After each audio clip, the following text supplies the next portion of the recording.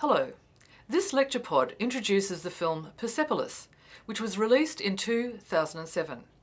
The writer-director was Marjane Satrapi. And the film is an autobiographical animated feature based on her early life. Satrapi initially came to international attention with her award-winning graphic novels, Persepolis 1 and 2, published between 2000 and 2004.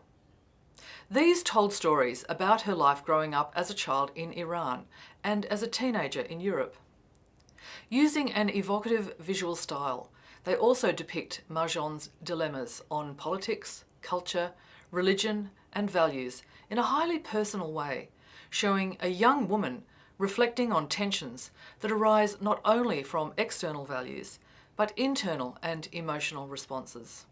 The film is presented in the black and white style of the original graphic novels.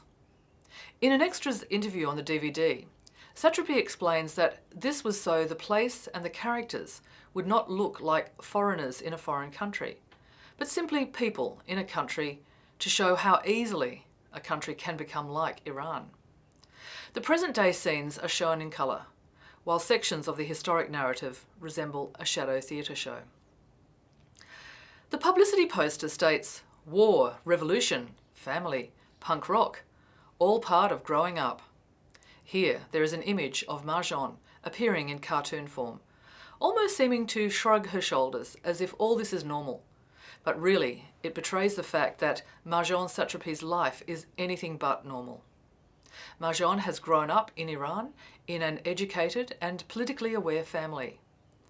Over time, her parents realise she too is becoming politically active, and eventually they fear for her safety and send her overseas to Vienna so she can continue her studies and to keep her away from the forces at home that threaten her as she grows up, from a child to a normal teenager to a politically aware young woman questioning the status quo.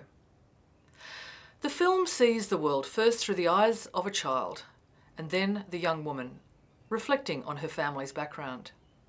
It shows the place of relatives and friends who were politically active through the stages of upheaval in Iran's revolutions and counter-revolutions. It refers to the period of the rule of the Shah, political alliances, the sense of disappointment when the revolution of 1979, which saw the overthrow of the Shah, did not lead to a fully democratic society. Instead, she and her family were seeing more signs of repression throughout many levels of society, from the street to the top.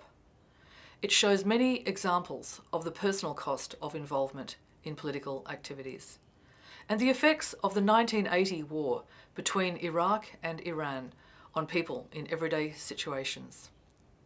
But above all, it shows her journey as a young woman growing up in a complex world, with all its joys as well as difficulties. The film's reception in the West was overall very positive, receiving a number of awards and nominations. It won the Jury Prize at the Cannes Film Festival in 2007 and a nomination for an Academy Award as Best Animated Feature in 2008. But in the Middle East, it had mixed responses. It has been banned in a number of countries, and in 2011 there was a court case in Tunisia directed at the owner of a private TV station, Nesma, Nabil Karoui, who broadcast the film. It was criticised for its depiction of God, which was through images of a personal conversation between the child and an imaginary depiction of God. A reviewer in the New York Times says this of the film: "In this age of Pixar and Shrek, it is good to be reminded that animation is rooted not in any particular technique, but in the impulse to bring static images to life." And Persepolis, austere as it may look, is full of warmth and surprise, alive with humour and a fierce independence of spirit.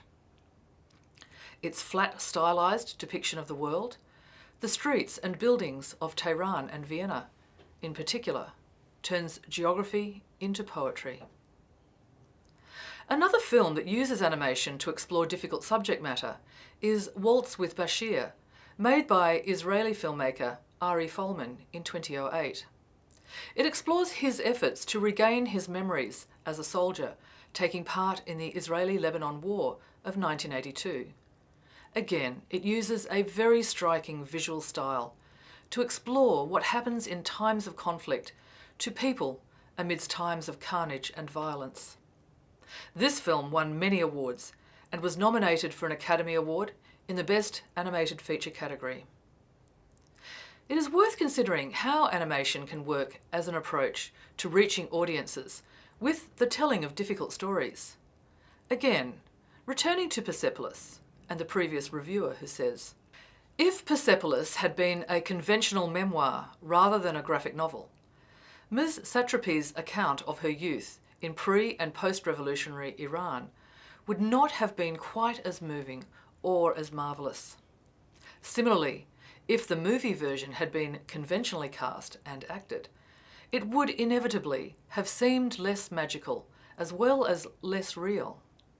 Persepolis is frequently sombre, but it is also whimsical and daring, a perfect expression of the imagination's resistance to the literal-minded and the power-mad, who insist that the world can be seen only in black and white.